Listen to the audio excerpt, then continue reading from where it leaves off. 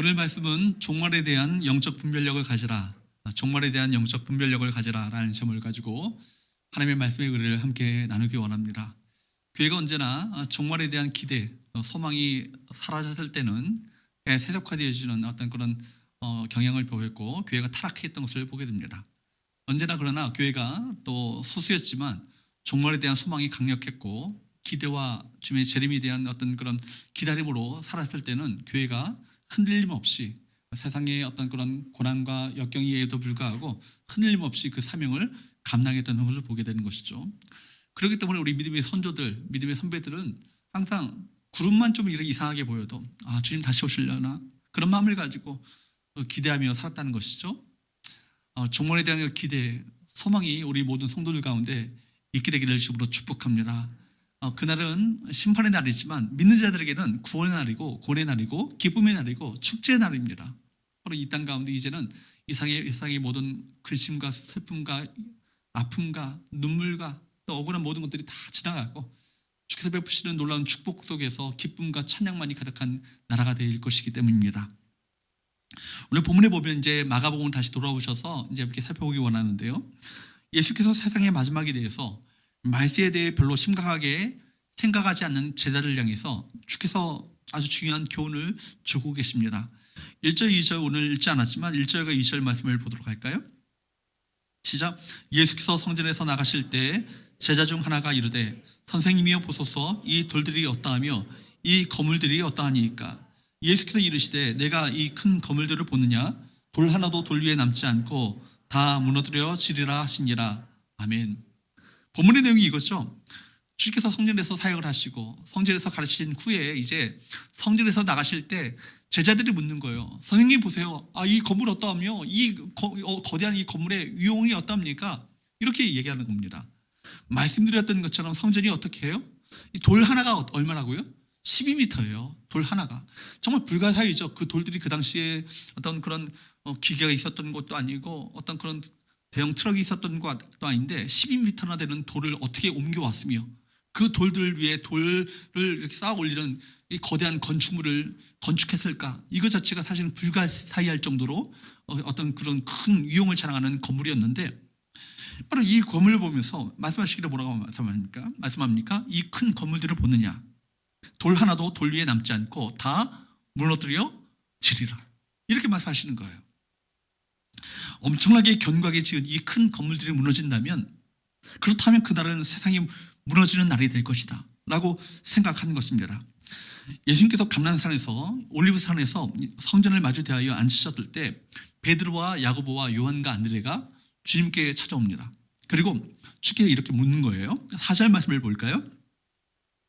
시작. 우리에게 이르소서 어느 때에 이런 일이 있겠사오며 이 모든 일이 이루어지려 할 때에 무슨 징조가 있사오리이까?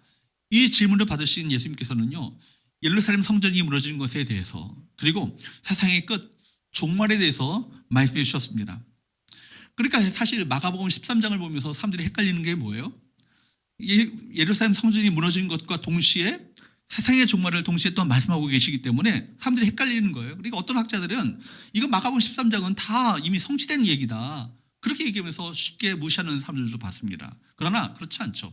마가복음 13장에는 예루살렘 성전이 멸망하는 것과 동시에 세상의 마지막 종말의 때 어떤 일이 있을 것인가에 대해서 동시에 말씀하셨던 겁니다. 그러니까 이 말씀은 성격이 이중경고예요. 이중경고. 예수님의 성전의 최후와 함께 이 세상의 최후에 대해서도 말씀하셨기 때문입니다. 여러분, 성전의 최후는 이 세상의 마지막에 서곡이 될 것이고 성전이 무너지는 것처럼 이 거대한 위용을 자랑하는 이 성전이 무너지는 것처럼 이 세상도 무너지게 될 것이라고 주께서 말씀하시는 것입니다. 실제로 여러분 역사 속에서 AD 70년에 예루살렘 성전은요 로마 제국의 장군이었던 티투스의 침공으로 말미암아 처참하게 멸망당합니다. 그리고 수많은 유대인들이 멸절을 당했죠. 그걸 바로 죽임을 당했습니다. 학살을 당했습니다. 여러분 돌 위에 예수의 예언처럼 돌 위에 돌 하나 남지 않을 만큼 그렇게 초토화되었습니다. 문제는 예수님의 말씀 그대로 성전이 무너졌다는 거예요. 그렇게 견고하고 도저히 무너질래야 무너질 수 없는 것처럼 보였던 견고한 성전마저도 무너진다면 예수께서 동시에 말씀하신 것이 뭐라고요? 세상의 마지막도 이 세상도 이렇게 무너지게 될 것이다. 이 말씀을 하셨잖아요. 그렇다면 이 말씀 또한 성취될까요? 성취되지 않을까요? 당연히 성취되겠죠. 정말 그렇다면 예수께서 말씀하신 그대로 이 세상의 마지막도 반드시 오지 않겠는가? 그죠? 이 말씀이 바로 오늘 말씀 아니겠습니까? 성경이 우리에게 말씀하고자 하는 것은 분명합니다. 여러분들이 말세를 인정하든 인정하지 않든, 말세를 믿든 믿으려 하지 않든, 여러분 말세는 분명히 오게 될 것입니다.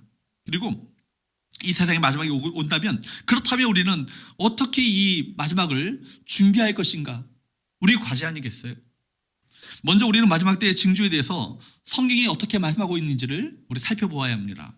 오늘 읽은 이 본문의 이 말씀은요, 13장 가운데 마지막 때에 있어질 징조 가운데 첫 번째 것을 다루고 있어요. 마지막 때는 무엇이 있다? 미혹이 있다는 것입니다. 미혹이 있다는 거예요. 첫 번째 징조, 마지막 때의 징조가 나타나라고 해서 곧바로 마지막이 오는 것은 아니에요. 이런 것들은 성경이 말씀한 것처럼 재난의 시작인 것입니다. 사실 마지막 때 말세라는 것은요, 성경적인 입장에서 본다면 예수님께서 이 땅에 오셨을 때부터가 마지막이에요. 히브리서 1장 1절 2절 말씀을 볼까요? 읽어보도록 합니다. 시작. 옛적의 선자들을 통하여 여러 부분과 여러 모양으로 우리 조상들에게 말씀하신 하나님이 이 모든 날 마지막에는 아들을 통하여 우리에게 말씀하셨으니 이 아들을 만유의 상속자로 세우시고 또 그로 말미암아 모든 세계를 지으셨느니라. 옛적에 여러 선자들을 이 땅 가운데 보내셨어요. 선자를 통해서 주께서 하나님께서 말씀하셨던 하나님께서 이제 마지막 날에는 누구를 보내신다? 아들을 보내신다. 아들을 보내셔서 하나님께서 친히 말씀하실 것인데, 이 아들이 누구예요? 예수님이시죠. 그러니까 예수님께서 이 땅 가운데 바로 오신 초림 자체가 마지막의 시작인 것입니다. 말세인 것입니다. 그러니까 역사의 마지막에 예수를 보내셨다고 성경 말씀하죠. 그러니까 마지막은요, 예수님이 이 땅에 오셨을 때부터가 이미 시작되었다라고 보는 것이 성경적인 관점이에요. 그러므로 성경적인 종말론은 여러분, 예수께서 이 땅 가운데 재림주로 오시는 재림에 대한 사건만을 다루고 있지 않아요. 마지막 날들, 말세는 예수께서 이 땅 가운데 오신 초림, 또 다시 심판주로 다시 이 땅 가운데 어떻게 오셔요? 재림주로 오십니다. 그러니까 초림과 재림 사이의 이 기간 자체가 말세인 것입니다. 제 모든 기간을 다 포함하고 있죠. 주님께서 이 땅에 오신 이후부터 재림이 오실 때까지가 바로 종말입니다. 말세입니다. 그러므로 초대교회 성도들은 기독교 역사의 시작 자체가 바로 마지막 때의 시작으로 계시로 보았고 완성을 향해서 나아가는 것으로 봤다라는 거예요. 그래서 기독교 종말론에 있어서 중요한 단어가 있어요. already not yet이에요. 이미 하나님 나라는 예수님께서 이 땅 가운데 오심으로 말미암아 이미 임했지만 그 나라는 아직 완성되지 않았다. 그렇죠? 이와 아직 사이에 우리가 존재하고 있는 것입니다. 그래서 예수님의 때가 말세라고 한다면 지금 우리의 시대는 어느 시대가 될까요? 말세 중에도 마지막 때를 우리가 살고 있지 않겠습니까? 아마 그렇기 때문에 많은 사람들이 말하기를 뭐라고 말합니까? 말세 지말이라, 말세 지말이라 그렇게 이야기합니다. 여러분, 말세의 징조는 예수님 때부터 이미 있어왔지만 단지 예수님의 재림이 가까이 올수록 이제는 빈도수가 더 많아지고 더 규모가 커진다는 거예요. 많은 과학자들이 이구동성으로 바로 증언하고 있는 바가 무엇입니까? 20세기에 있었던 모든 자연재해보다 21세기에 들어와서 자연재해의 빈도수가 훨씬 더 비교할 수 없을 정도로 빈도수가 많아지고 있고 더 규모도 강력해지고 있고 커지고 있음을 증언하고 있습니다. 이거는 뭐예요? 마지막 때가 잎이 연화해진 것을 보면서 마지막 때가 오는 것을 아는 것처럼 마찬가지로 징조를 보면서 우리가 마지막을 오고 있음을 우리 기억하고 깨달을 수 있어야 될 줄 믿습니다. 역사의 마지막의 징후들이 시간이 지날수록 가속화되어지고 많아지다가 결국에는 마침내 예수께서 이 땅 가운데 재림하실 것이다. 성경은 우리에게 이렇게 말하고 있는 것이죠. 그러므로 여러분, 우리가 오늘 예수께서 재림하시기 직전에 마지막 때가 있을 때 일어날 그 첫 번째 징조를 살펴보면서 우리가 어떻게 하나님의 바로 마지막 때를 준비하며 살 것인가, 영적 교훈을 함께 얻을 수 있기를 주님으로 축복합니다. 첫 번째, 따라할까요? 영적인 미혹을 경계하라. 여러분, 오늘 말씀은요, 마지막 시대에 일어날 첫 번째 현상이 뭐라고요? 영적인 미혹이 있다라는 거예요. 미혹이 있다라는 것입니다. 마지막 때에는 무엇보다도요, 영적인 미혹이 있어요. 이 영적인 미혹을 경계해야 합니다. 여러분, 5절과 6절 말씀을 한번 볼까요? 시작. 예수께서 이르시되 너희가 사람의 미혹을 받지 않도록 주의하라. 많은 사람이 내 이름으로 와서 이르되 내가 그라하여 많은 사람을 미혹하리라. 이 시대는 참으로 미혹의 시대예요. 여러분, 미혹이라는 말 자체가 담고 있는 뜻 자체가 길을 잃게 한다는 뜻을 갖고 있어요. 길을 잃게 한다. 여러분, 어떤 길일까요? 그 길은 어떤 길일까요? 우리 주님께서 말씀하셨어요. 내가 곧 길이요 진리요 생명이니 나로 말미암지 않고는 아버지께로 올 자가 없느니라. 근데 그 길에 정관사가 있어요. 그 길이라는 것이죠. 유일한 길이라는 거예요. 아버지께로 갈 수 있는 길이란 여러 길이 아니고 그 길밖에 없다는 것입니다. 바로 예수님께서 그 길이 되신다는 거예요. 근데 여러분, 예수님을 통해서 아버지께로 나가는 그 길을 벗어나게 만드는 것이 뭐예요? 이게 미혹이라는 거예요. 그렇기 때문에 여러분, 미혹이라는 것은요, 단지 길을 잃어버릴 정도가 아니라 거짓된 것에 확신과 믿음을 가지고 적극적으로 따른다는 의미가 이 미혹한다는 말 속에, 그 의미 속에 담겨져 있는 것입니다. 여러분, 미혹된 사람들 한번 보십시오. 단순히 끌려가는 것이 아니라 완전히 빠집니다. 적극적으로 자기가 주도해서 따라갑니다. 나중에는요, 가족들이 막 그냥 쌍수를 들고 막 뜯어 말리고 막 그 현수막을 들고 돌아오라 외치고 그래도요, 가족도 버리고요, 남편도 버리고 아내도 버리고 자식도 버리고 그 어떤 미혹된 것에 빠지고 마는 거예요. 왜 그렇게 되는 것입니까? 그 배후에는 누가 있어요? 미혹의 영이 있어요. 그 또한 그 배후에는 미혹하는 영을 부리는 우리 대적 사탄 마귀가 있는 것입니다. 어떤 자들이 미혹되어요? 영적 분별력이 약한 자들이 미혹되는 거예요. 여러분, 그렇기 때문에 여기서 주의하다라는 말 자체가 블레포라는 말인데, 이것은 알다 보다라는 뜻도 있지만 여러분, 주의해서 보는 거예요. 분별하는 것입니다. 이런 뜻을 갖고 있어요. 그러니까 말하자면 영적 분별력을 가지는 의미를 갖고 있습니다. 깨어있어 주의하여서 분별하지 않으면 여러분, 미혹당하기 쉽다는 것입니다. 이 시대는요, 정말 영적 분별력이 필요합니다. 속인 자들이 참 많습니다. 6절 말씀을 보면 뭐라고 말합니까? 많은 사람들이라고 말하고 있습니다. 미혹하는 사람들이 한두 명이 아니라는 거예요. 그들이 어떻게 미혹하고 속입니까? 거짓된 것을 가지고 속이는 것입니다. 속는 사람이 따로 있는 게 아니에요. 거짓으로 가르친 데 가면요, 속게 되어 있습니다. 어떤 자들이 미혹되어요? 여러분, 아무나 미혹되는 다 미혹됩니다. 실제로 목사 장로들도 미혹되고요, 선교사들도 미혹되고요, 다 그렇게 미혹되어요. 속이는 일에 누가 개입되어 있기 때문에? 사탄 마귀가 개입되어 있기 때문에. 사탄은 여러분 거짓의 아비죠.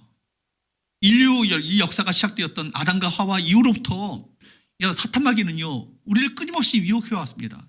인간의 어떤 죄의 역사 그 배후에는 누가 있습니까? 언제나 사탄 마귀가 있습니다. 사탄 마귀가 아담과 하와를 어떻게 미혹했어요?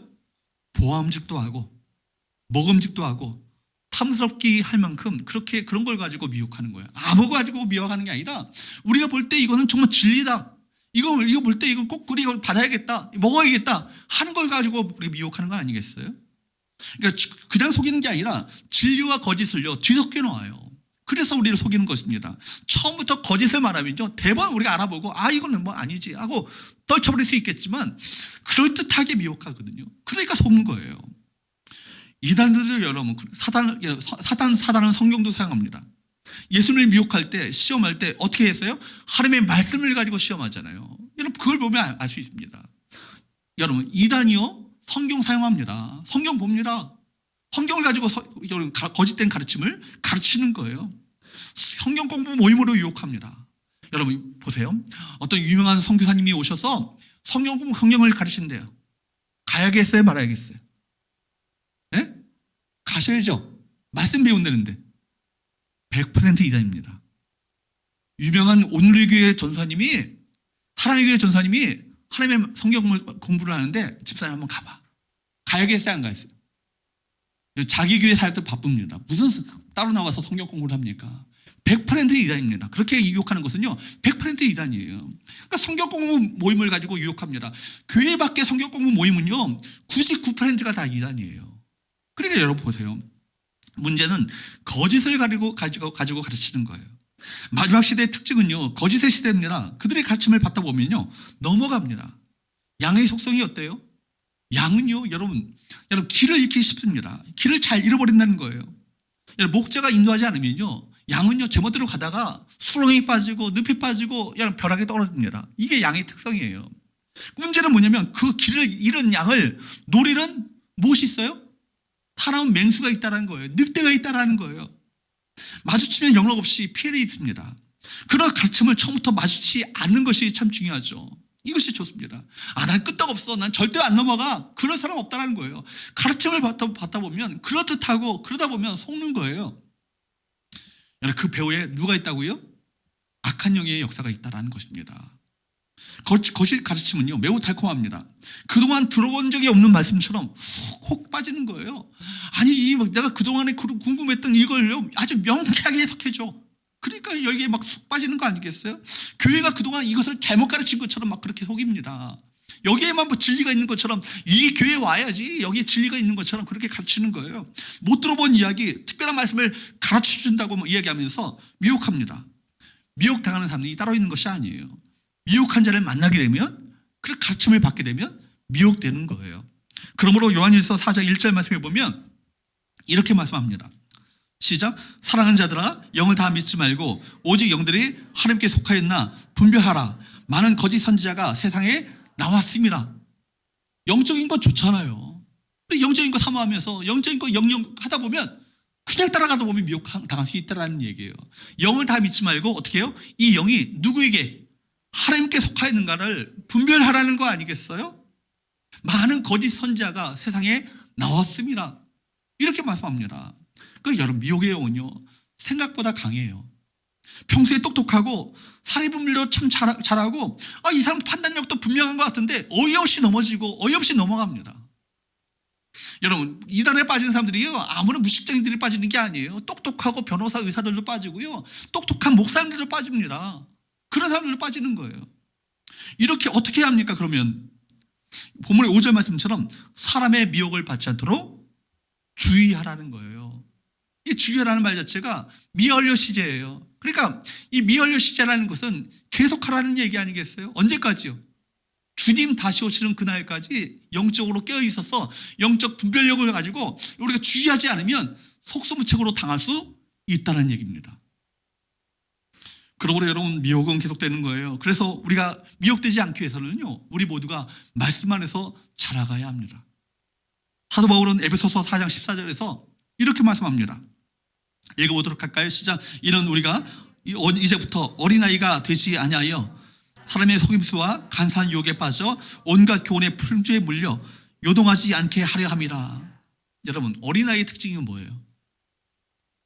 속잖아요. 잘 속아요. 그죠?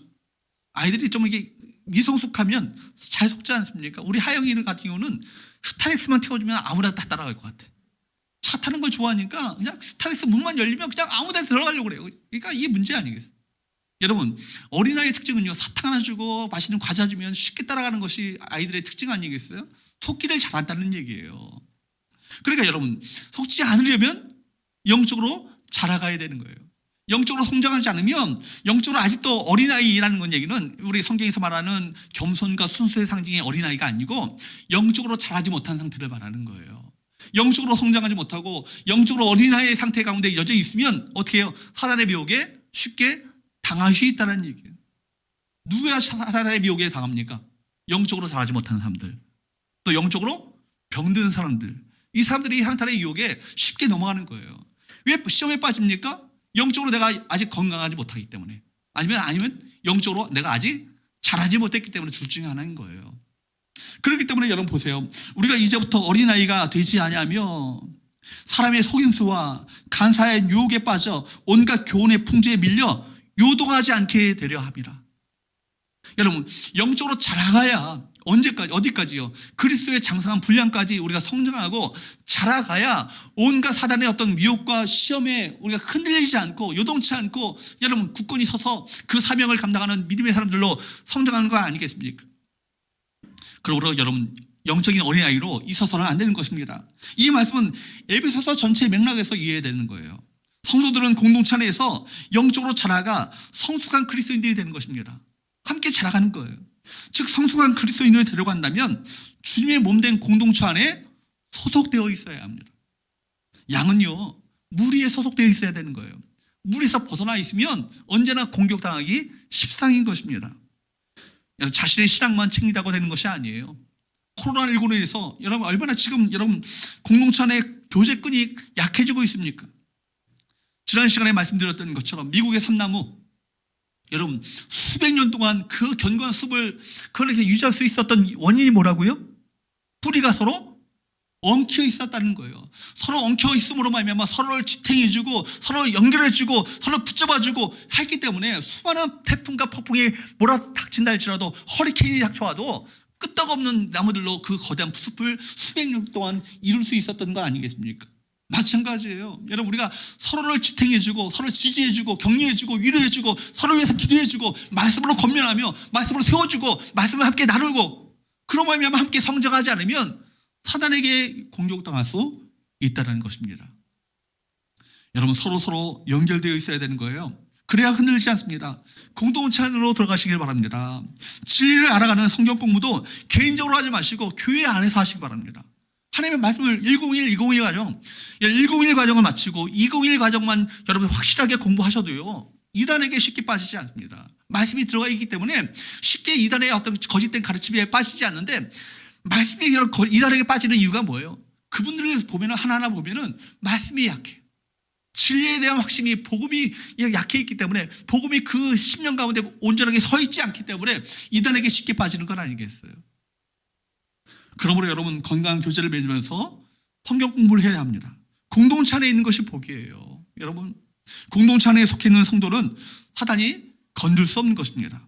그러므로 여러분 오늘 말씀을 통해서 두 가지 극단적인 종말에 대한 태도를 우리가 경계하기 바랍니다. 첫 번째는요. 따라할까요? 극단적 종말론과 이단을 경계하라. 극단적 종말론 이것이 경계하셔야 되는 거예요. 또 다른 이따가 우리 한번 세 번째로 말씀드리겠지만 또 하나는 뭐냐면 바로 종말에 대한 냉소적인 무관심한 태도 이것도 경계하셔야 합니다. 먼저 극단적 종말론과 이단을 경계하셔야 합니다.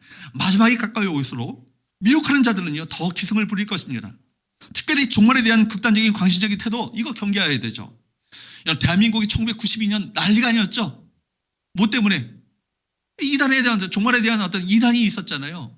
다가올 미래를 대비하라. 그래서 다미 선교회가 1992년 10월 28일 날 예수님 재림하신다고 그리고 우리는 성도들은 공중 수교가 된다고 그래서 여러분 그 모든 직장도 다 때려치고 모든 거 다 때려치고 함께 모여서 재림을 준비했어요. 그런데 여러분 결국 뭡니까? 이것이 거짓으로 증명되지 않았습니까? 여호와의 증인 들어보셨죠? 여호와의 증인이 어떻게 시작된지 아십니까? 창시자인 러셀은요 1874년에 온 세상에 종말이 온다고 예언했습니다. 종말이 왔나요? 1874년에? 여러분 아무 일도 없었습니다. 거짓된 것으로 드러났죠. 안식교 옆에 있는 예수 재림교 있잖아요. 그 안식교 창시자 윌리엄 밀러가 1844년에 예수님의 재림을 예언했어요. 틀리니까 몇 달 뒤에 다시 또 온다고 또 다시 재림을 예언했어요.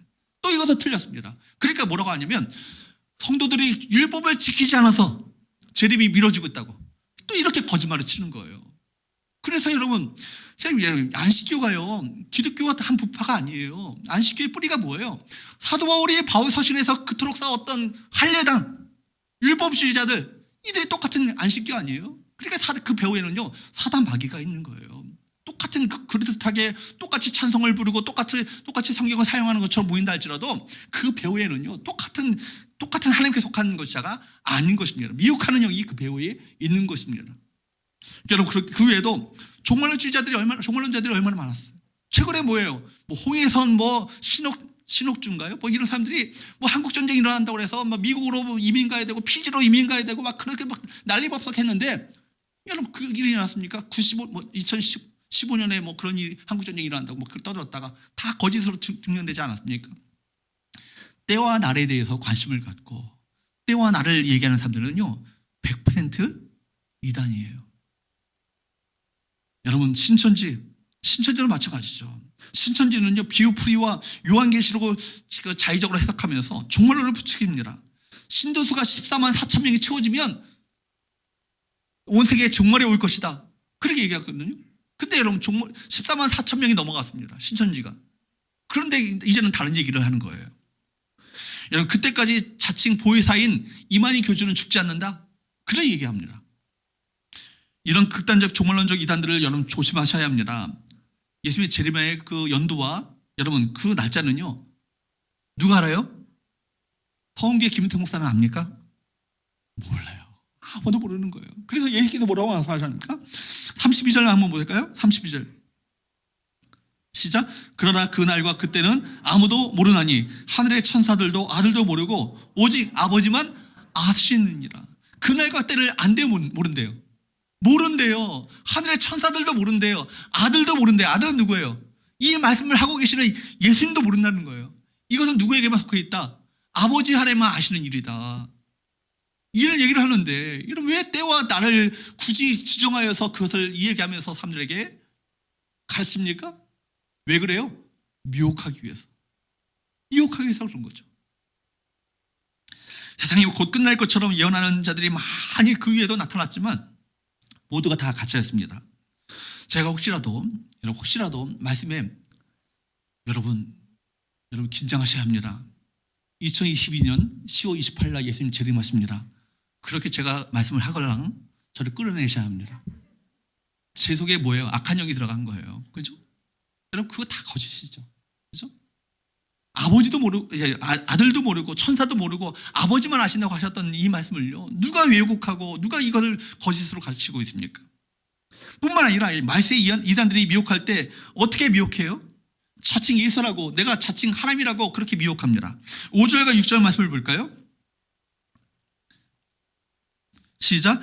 예수께서 이르시되 너희가 사람의 미혹을 받지 않도록 주의하라. 많은 사람이 내 이름으로 와서 이르되 내가 그라하여 많은 사람을 미혹하리라. 자칭 예수라고 자칭 그리스도라고 자칭 메시아라고 자칭 하나님이라고 그렇게 미혹하는 자들이 많이 일어나게 될 것을 말씀하고 있는 건 아니겠어요? 이것이 말세의 징조죠. 우리나라만 해도요 자칭 예수라고 자칭 메시아라고 주장하는 이들이 70명 가까이 된대요. 70명 80명 된다고 그래요. 야, 우리나라만 해도 70명 80명이 예수라고 그 주장하는 이들이 있다는 얘기예요. 그럼 전 세계적으로 얼마나 많을까요? 앞으로 사탄은요 갈수록 더욱 절묘하게 거짓 그리스도를 통해서 영향력을 행사할 것입니다. 사탄은요 다른 거 다 알아도 그리스도만 모르게 하는 거예요. 부흥 집회도 하고 세미나도 하고 온갖 그런 복음 축제를 하는 것처럼 보여도 그래도 여러분 그리스도를 제대로 알아보지 못하도록 만드는 것이 사탄의 전략이죠. 그러니까 교회를 수십 년 다녀도 예수를 모른다 이런 일이 생기는 건 아니겠어요? 배후에 누가 역사하고 있는 거예요? 사탄이 그 가운데 역사함으로 말미암아 눈을 가리게 하고 예수를 알아보지 못하도록 만드는 건 아니겠습니까? 또한 지금은요 다운로드로 흐르고 있잖아요. 포스트 모더니즘을 얘기합니다. 모든 그 종교에 구원이 있다는 얘기를 하는 거예요. 심지어 신학교에서조차도 신학 교수가 얘기하는 거예요. 모든 종교에는 구원이 있는데 여러분 구원을 하나님께로 이르는 그 수많은 길이 있는데 우리가 단지 우리가 지름길을 믿고 있을 따름이고 모든 종교는 결국 하나님에게서 만난다. 그래 요즘 인기 있는 책들이 어떤 책이에요? 석가와 예수와의 대화 이런 책들이 인기 있는 거 아니겠습니까? 석가의 가르침에서 예수의 가르침을 찾으려고 하고 예수의 가르침에서 석가의 이야기를 찾으려고 하고 결국 모든 종교는 다 하나로 통한다 이 얘기합니다. 그러나 예수께서 말씀하셨어요. 내가 곧 길이요 진리요 생명이니 여기는요 정관사가 있다고 말씀했습니다. 그 유일한 길이고 그 유일한 진리고 그 유일한 생명이니 나로 말미암지 않고는 아버지께로 올 자가 있다 없다. 그러니까 여러분 그들의 주장은요 얼마나 허구이고 거짓이며 바로 미혹된 자의 어떤 영이 배어 있음을 알아야 하는 것입니다. 여러분 이런 이단 세력은 역사가 마지막을 향해 가면 갈수록 계속 증가하게 될 거예요. 특별히 경제와 문화, 언론들을 장악하고는 자신들의 세력을 확산해 가고 있습니다. 어쩌면 세계 문제는 종교 문제라고 할 수 있을 정도로 심각합니다. 그러므로 우리는 이 종교적인 미혹에 빠지지 않도록 주의해야 할 것입니다. 우리에게 필요한 것은 영적 분별력이에요. 무엇이 옳고 무엇이 그른가를 바로 판단할 수 있는 바로 능력이 우리 가운데 필요한데 무엇을 통해서 얻을 수 있겠어요? 하나님의 말씀을 통해서 영적 분별력을 갖게 되는 것입니다. 말씀드린 것처럼 여러분 위조 달러를 이런 감별하는 사람들이 있잖아요. 위조 달러를 감별하는 사람들은요, 위조 지폐를 연구하는 게 아니에요. 뭘 연구합니까? 진짜를 연구해요. 진짜를 연구하다 보면 가짜만 봐도 대번하는 거예요. 아, 뭐가 틀렸다는 것을 대번 알아차리는 거 아니겠습니까? 말씀에 집중하셔야 합니다. 말씀을 더 깊이 알아가셔야 합니다. 말씀을 배우셔야 합니다. 말씀을 배우심으로 말미암아 영적 분별력을 가지고 정말 시대를 분별하는 우리 복된 성도들 될 수 있기를 주님으로 축복합니다. 종말에 대한 극단적인 태도도 이것도 우리 경계하겠지만 또 다른 것은 뭡니까? 종말의 냉소적인 태도, 이것도 버리셔야 합니다. 따라할까요? 종말의 냉소적인 태도를 버리라. 여러분, 극단적인 종말론자들로 인해서 반대 현상도 일어나잖아요. 그러다 보니까 이 바로 종말이라는 말만 들어도 지긋지긋해. 예수의 재림이라는 말만 들어도 지긋지긋해. 그러니까 아예 관심조차 안 갖는 거, 이것도 주의하셔야 되는 거예요. 여러분, 종말에 대해서 냉소적이고 무관심한 태도, 철저한 현실주의자죠. 종말을 부정하게 되면 세속주의, 쾌락주의로 흐르게 되어 있습니다. 여러분, 뿐만 아니라 우리 그리스도인들도 종말을 부정하지 않는다 할지라도 종말에 대한 무관심한 태도를 갖게 되면 어떻게 될까요? 건강한 신앙을 꾸준히 이어가지 못하고 매너리즘에 빠지거나 형식주의에 빠지거나 이렇게 세속적인 가치관을 가지고 결국 그 신앙이 그렇게 전락해버리고 하나요. 언제나 여러분, 기독교 역사 가운데 교회가 건강하고 이 정말 소수였지만 세상 가운데 영향력을 발휘했던 그 교회는요, 재림에 대한 소망이 강력했던 교회예요. 그 초대교회 성도들이 어떻게 서로 인사했다고요? 마라나타. 마라나타가 뭐예요? 예수님 다시 오십니다. 이렇게 서로 인사한 거 아니겠어요? 마라나타 서로 하면은 고난이 있고 역경이 있고 박해가 있고 핍박이 있지만 예수님 다시 오십니다. 힘을 내세요. 서로 그렇게 인사함으로 말미암아 서로 힘을 주고 서로 용기를 주고 서로 격려했던 거 아니겠습니까? 우리는 예수님이 언제든 다시 오셔도 이상할 것이 없는 시대 가운데 살고 있습니다. 그런 현재를 살고 있어요. 이단과 각종 사이비 종교가 재림과 종말에서 파생되었다 할지라도 재림과 종말 자체를 부인하거나 적대시할 수 없습니다. 예수님께서 공생의 시절부터 부활 승천하기까지 지속적으로 말씀하셨던 진리이기 때문에 그렇습니다. 주님 다시 오십니다. 다시 오실 것을 말씀하셨잖아요. 이것을 우리 모두에게 말씀하시면서 바로 재림에 대한 우리 기대와 소망을 가지고 살 것을 우리 모두에게 말씀하셨잖아요. 여러분, 주님 다시 오실 때 어떻게 오실까요? 천사장의 나팔 소리와 호령 소리로 이 땅 가운데 오시는데요, 구름 타고 오신다고 말씀하십니다. 이 구름이라는 것은 영광을 의미하죠. 영광 가운데 오시는데 동에서 서가 해도 다 모든 사람들이 번개가 탁 번쩍이면 다 볼 수 있는 것처럼 다 그렇게 오신다는 얘기예요. 그러니까 예수님 재림하시는 것은요, 어느 교회에 재림하시는 게 아니에요. 어디 단체에 가야 예수님 재림하시는 주님을 만나는 게 아니라는 것입니다. 모든 사람이 다 볼 수 있도록 그렇게 오신다고 복음서에서 말씀하셨어요. 그렇기 때문에 여러분, 우리가 이 재림의 주님을 사모해야 되지 않겠습니까? 그래서 바울은요, 데살로니가전서 5장에서 이렇게 말씀합니다. 5장 1절 2절 말씀을 한번 볼까요? 데살로니가전서 5장 1절 2절 읽어보도록 합니다. 시작. 형제들아, 때와 시기에 관하여는 너희에게 쓸 것이 없음은 주의 날이 밤에 도둑같이 이를 줄을 너희 자신이 자세히 알기 때문이라. 여기에 보면 사도 바울은요, 주님께서 다시 오시는 그날 재림의 시기와 때에 대해서는 내가 쓸 것이 없다. 왜 쓸 것이 없을까요? 모르니까. 예수님조차도 모른다고 말씀하셨잖아요. 그 때와 시기에 대해서는 내가 너에게 쓸 것이 없다. 다만 내가 너에게 분명하게 가르칠 것은 뭐냐면 2절 말씀을 다시 한번 봅니다. 시작. 주의 날이 밤에 도둑같이 이를 줄을 너희 자신이 자세히 알기 때문이라. 주의 날이 어떻게 임한다고요?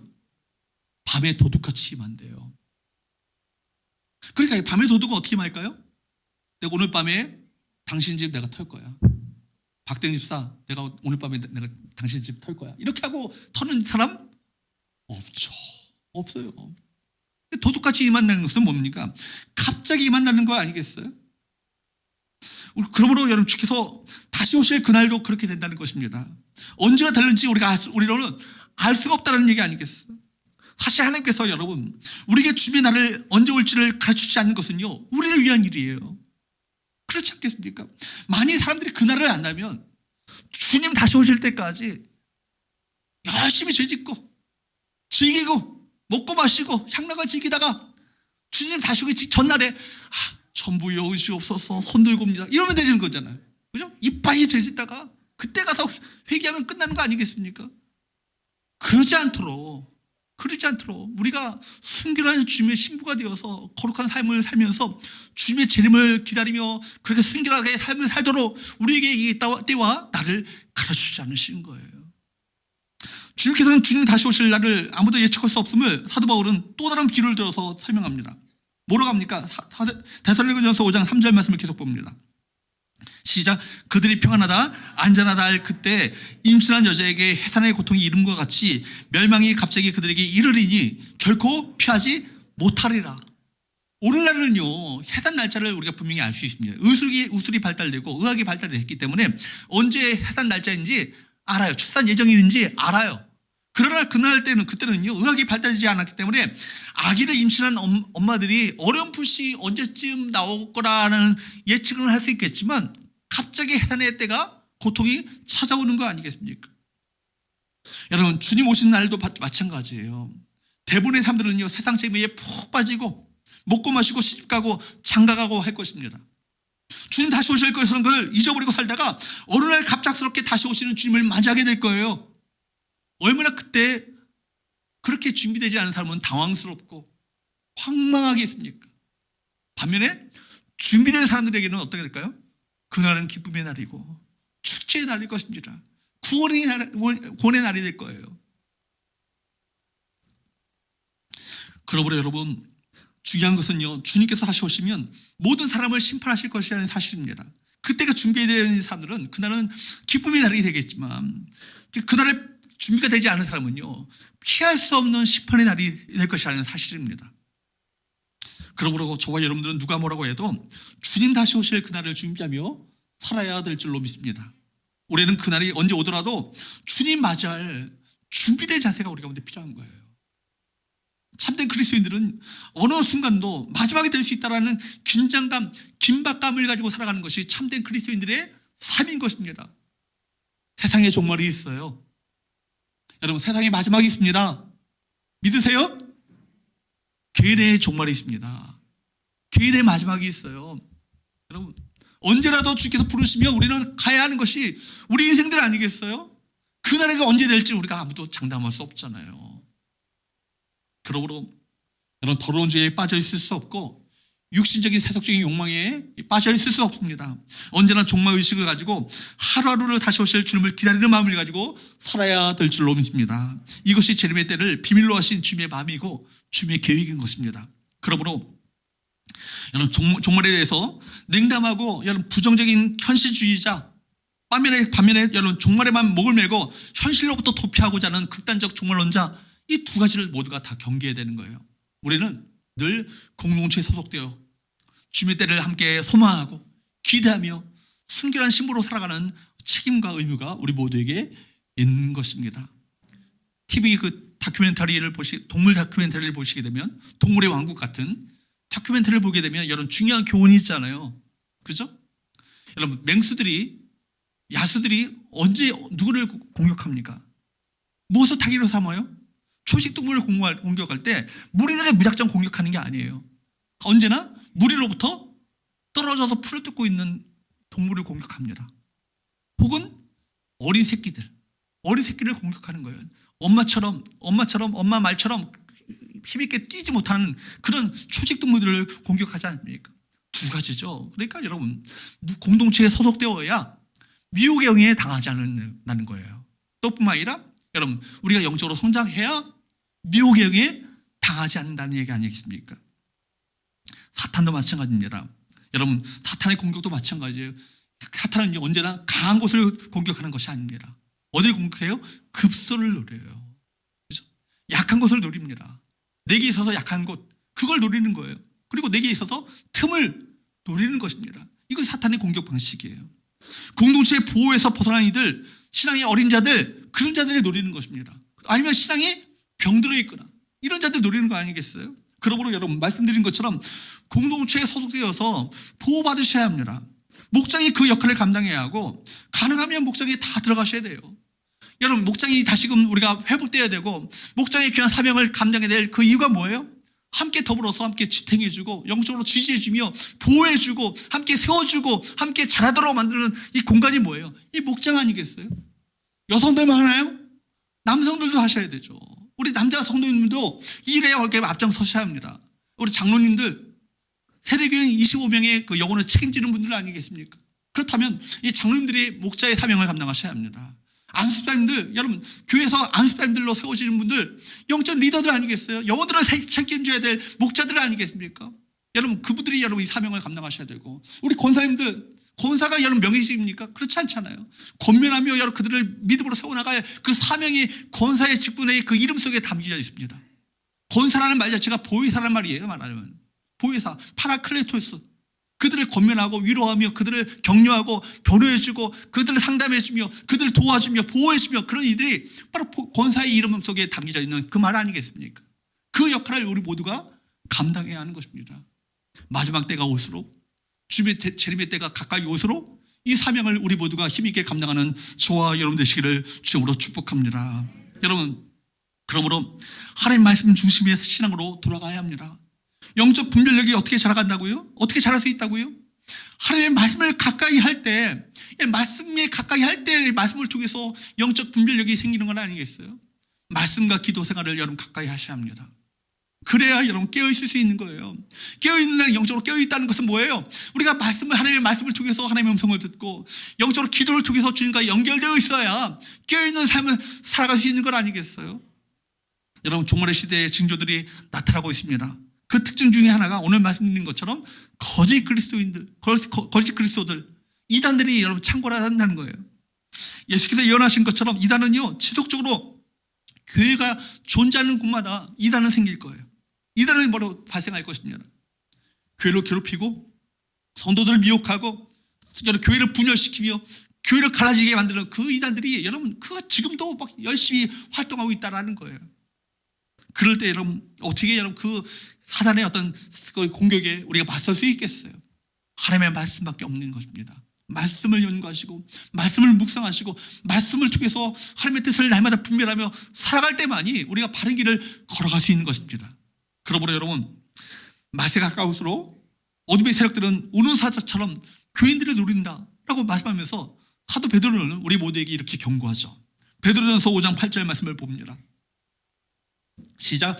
근신하라 깨어라 너희 대적 마귀가 우는 사자같이 두루다니며 삼킬 자를 찾나니.